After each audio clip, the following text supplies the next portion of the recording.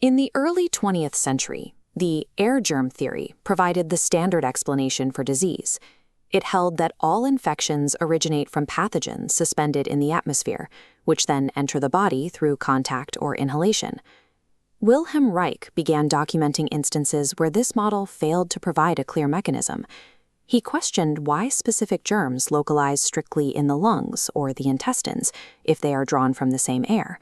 He also pointed to the development of cancer deep within bone marrow, sites entirely shielded from external environmental exposure. Reich proposed that these diseases were linked to bions, microscopic blue glowing vesicles he had discovered. His peers dismissed the findings, asserting that his cultures were merely contaminated by common bacteria floating in his laboratory. To test this, Reich ran a series of control experiments. He attempted to culture common street dust, sampled standard tap water, and left sterile petri dishes open to the laboratory air for extended periods. These air exposure tests yielded only simple, familiar bacteria.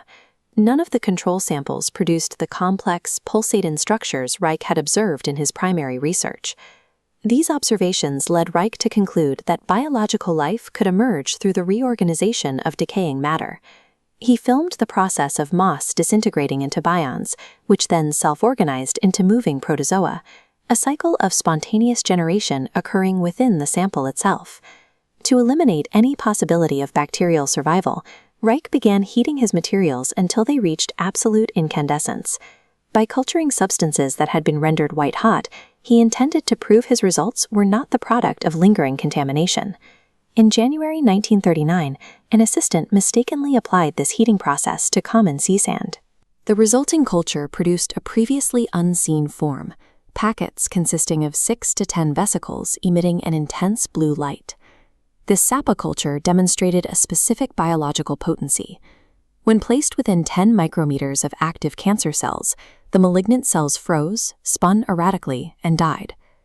The effect soon moved beyond the microscopic. Reich and his staff reported severe eye pain and conjunctivitis after observing the samples. Their skin reddened as if from a rapid sunburn, and they began experiencing localized headaches within the lab. The physical environment of the laboratory was also altered. Metal tools like scissors and tweezers became magnetized, and unexposed photographic film stored in the room became uniformly fogged, despite being shielded from light. When Reich had the culture tested with a professional radium electroscope, the device registered a reading of 0. The sapoculture presented a physical paradox. It generated a localized field powerful enough to kill cancer cells and magnetize steel, yet it remained undetected by the standard radiation sensors of the era.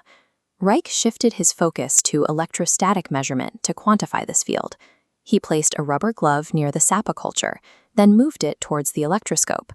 The metal foil inside reacted violently, indicating the organic glove had absorbed a significant charge.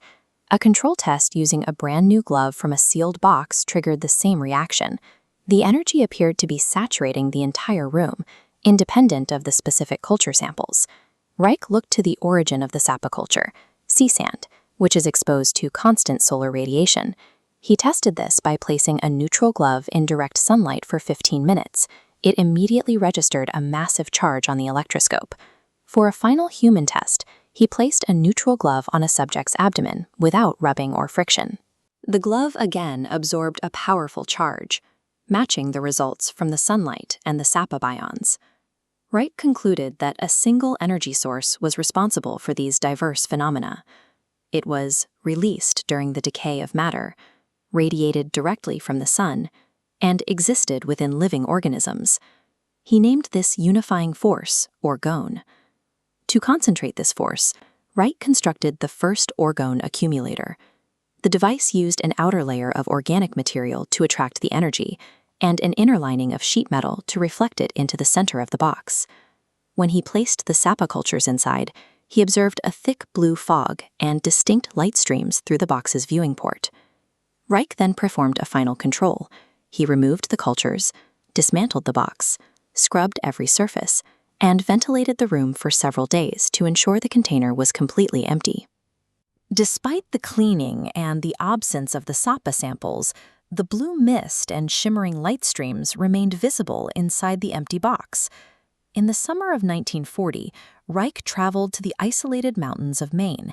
He sought to determine if these light phenomena were restricted to his laboratory equipment. On a dark night by the lake, he aimed a lensless wooden tube toward the starless, empty spaces of the sky. Through the cylinder, he observed the same shimmering blue light streams he had seen in his laboratory. This shifted the scope of Reich's research from the microscopic to the cosmic.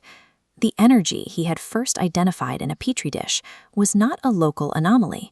It was a physical medium filling the